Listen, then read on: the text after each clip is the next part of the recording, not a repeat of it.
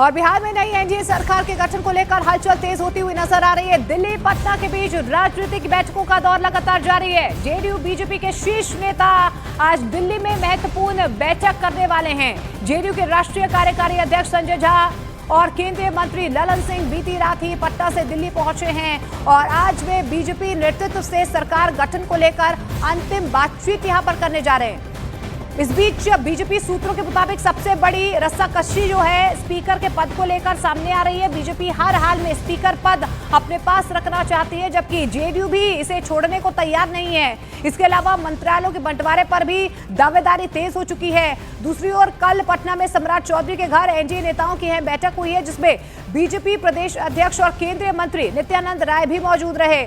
उधर सहयोगी दल चिराग पासवान, जीतनराम मांझी और उपेंद्र कुशवाहा से बातचीत की जिम्मेदारी केंद्रीय मंत्री और बिहार बीजेपी के प्रभारी धर्मेंद्र प्रधान यहां पर संभालते हुए नजर आ रहे हैं। सूत्र ये भी दावा कर रहे हैं कि सहयोगी दलों के साथ सत्ता साझेदारी पर लगभग सहमति बन चुकी है। हालांकि इन सब के बीच कल यानी कि 19 नवंबर को बीजेपी और जेडीयू के विधानमंडल दलों की अलग अलग बैठकें होंगी, जिसके बाद एनडीए विधायक दल की बैठक भी होगी। तय कार्यक्रम के अनुसार 20 नवंबर को पटना के गांधी मैदान में नई सरकार का शपथ ग्रहण होना है। बिहार की सियासत में अगले 48 घंटे बेहद निर्णायक रहने वाले हैं।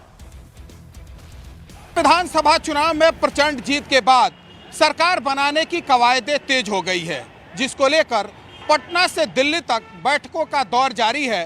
तो वहीं इस शपथ ग्रहण समारोह को ऐतिहासिक बनाने के लिए पटना के गांधी मैदान में भव्य तैयारी भी चल रही है।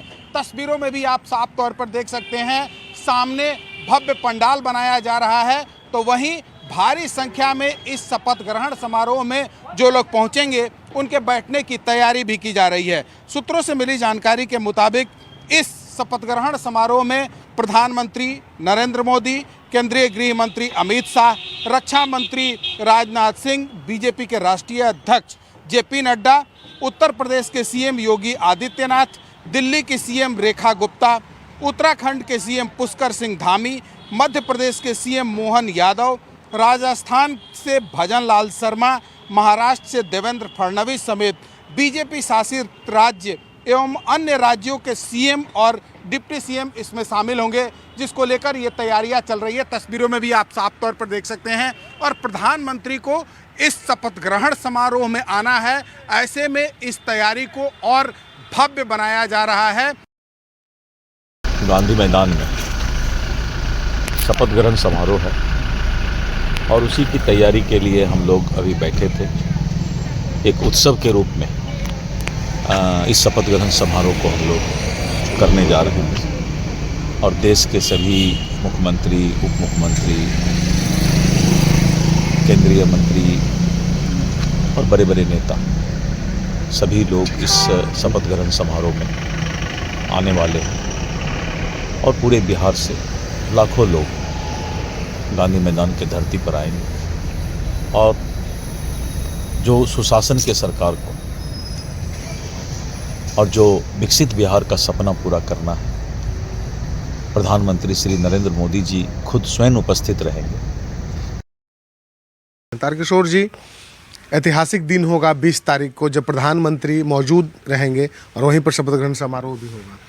नहीं, निश्चित रूप से 2005 से एनडीए की सरकार बिहार में है और इस बार की जीत का एक मायने है, क्योंकि बिहार के लोगों ने हमारी सरकार के द्वारा जो बिहार के विकास के लिए, बदलते बिहार के लिए जो काम किया है उस पर मुहर लगाया है। और इस बार का मंत्रिमंडल का शपथ ग्रहण समारोह एक लोकतंत्र का बड़ा उत्सव के रूप में देखा जा रहा है, जिसमें माननीय प्रधानमंत्री जी स्वयं उपस्थित रहेंगे और एनडीए शासित राज्यों के सभी माननीय मुख्यमंत्रियों को न्योता भेजा गया है। उनकी उपस्थिति भी कहीं न कहीं बिहार के लिए एक बड़ा मायने है। और चुनाव में हार के बाद महागठबंधन के घटक दलों के नेता ईवीएम को लेकर सवाल उठाने लगे हैं। भागलपुर से कांग्रेस के पूर्व विधायक ने कहा है कि ईवीएम में गलतियों की शिकायत हुई है। आरजेडी के नेता ने कहा है कि पता नहीं उन्होंने ईवीएम में क्या किया है। वहीं पूरे मामले पर बीजेपी प्रदेश अध्यक्ष दिलीप जायसवाल ने पलटवार किया और कहा कि हार के बाद ईवीएम का रोया जा रहा है। विधानसभा चुनाव 2025 में इलेक्ट्रॉनिक वोटिंग मशीन ईवीएम में कई त्रुटियां और विवाद सामने आए हैं, जैसा कि लोग पोलिंग एजेंट और सब लोग बता रहे थे, जो चुनाव की विश्वसनीयता पर सवाल उठाते हैं। मैं चुनाव आयोग से अनुरोध करता हूं कि इन मुद्दों को ध्यान में रखते हुए बैलेट पेपर प्रणाली पुनः अपनाने पर विचार किया जाए। बैलेट पेपर होता क्या है कि सब जनता देखती है किसको हम वोट दे रहे हैं, सब लोग एक दूसरे को देखते हैं, कोई फेयर इलेक्शन होता है। इसलिए मुझे पूर्ण विश्वास है 2025 में जो चुनाव हुआ है इसमें गड़बड़ी हुई है मशीनों में, नहीं तो एनडीए की सरकार कभी बन ही नहीं सकता था।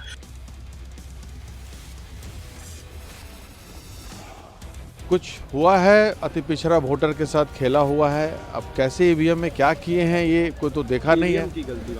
ईवीएम की गलती नहीं मान रहे अभी तो कुछ श्योर नहीं है। हम लोग जांच का विषय है कि भाई ऐसा अनएक्सपेक्टेड एसआईआर के बाद वोट घटना चाहिए कि बढ़ना चाहिए। भाई आपका नंबर ऑफ वोटर्स घटे हैं तो परसेंटेज थोड़ा बढ़ेगा। सीधे हर विधानसभा में 30-40 हज़ार वोटर्स बढ़ गए ऑल ऑफ ए सडन, तो ये अविश्वसनीय है। अब देखा जाए क्या होता है।